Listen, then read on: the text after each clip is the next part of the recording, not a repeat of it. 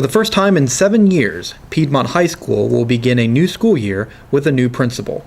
Layne Jones was hired this summer to replace Todd Glasgow, who accepted the superintendent position in Gary, Oklahoma.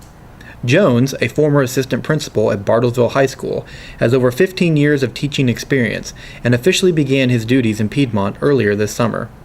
With the new school year just weeks away, Jones sat down with the Piedmont citizen to discuss his transition as principal and what challenges lay ahead, especially for a school bracing for significant growth in the coming years. The biggest challenge facing the district now is going to be the growth. I think everybody knows that. Our enrollment is growing dramatically, and so there's a couple of issues that you have to look at. One of them is you obviously have to look at a facilities issue, which that really is more of a focus of central office administration building with input from each building. They need to know what's going on. But as far as a functionality standpoint, from our side, one of the things that I have to focus on is really looking at, as our student population grows, it's easy for students to kind of get lost in the shuffle sometimes, and we need to figure out how to incorporate those students and make them feel like school is not just a safe place, but a place that of value, where they can get something out of it on an everyday basis. I went to a small high school. I can totally relate to fitting in. I graduated with 44 kids. It's hard to hide. You can't hide when there's 44 of you in your graduating class. When you look at a school that has 176 kids in a class, such as last year I think is what it was, it's still hard to hide, but it becomes easier. And then when you look at our class coming up, that's 8th graders, the to be 8th graders, they're well over 200 kids. Then you start talking about kids getting lost in the shuffle. And when they do that, they can fall behind academically. And our goal is to make sure that we want to be proactive, and we want to put in some initiatives with us here at this building to be proactive in order to keep students on target, to not just to graduate, but to fit in and feel like they do have a place of value in the school. And you came from a bigger school in Bartlesville, where Right. you're an assistant. Are there processes or programs or techniques used there that you've thought about implementing? Can you talk about that? One subtle change, and I just came out of a meeting with our counselors and one of our other assistant principals, is to make sure we identify early who the students are that could fall under the category of being at risk, such as failing their EOIs.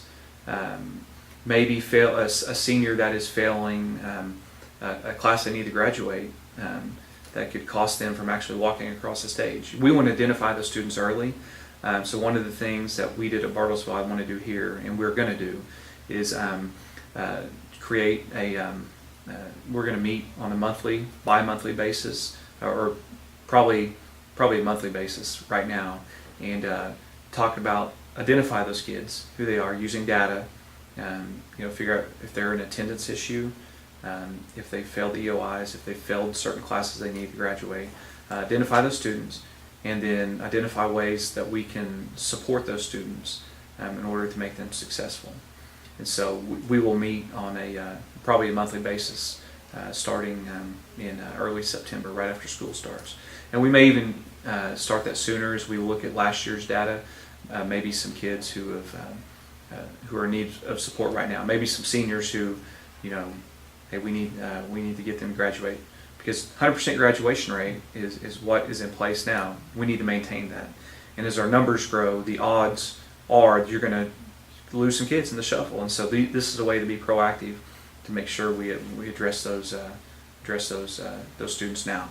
As the high school gets bigger, are there certain maybe programs or organizations or processes that aren't in place that you've already had a chance to identify as maybe this is something we'd like to put on our wish list, or I've heard from faculty members or students that this would be something we'd like to bring? Well, it's obviously important. I look back in school and I think of what I was active in. I thought, as I thought through it, I'm like, did I do a lot in high school? And as I got back to think, I had quiz bowl, played basketball, played baseball.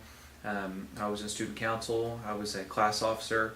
And I got thinking, yeah, I did quite a bit, And for each and every student, they want to be able to reach out and find something that they can connect with.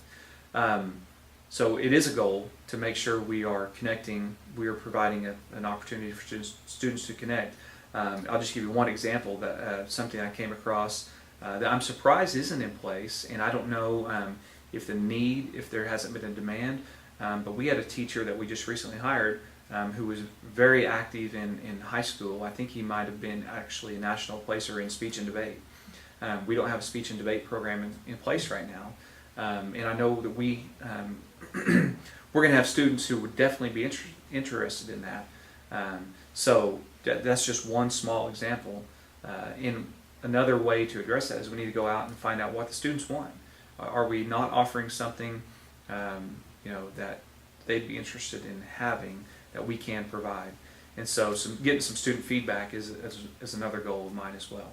Yeah. And so to give you the speech and debate example, I mean, that's something that we can address, and it's not going to cost a lot of money, to implement, but it's something that we can look at, and definitely see if there's a need for it, which I'm sure there is, and then we have people who are willing to step in and help sponsor that.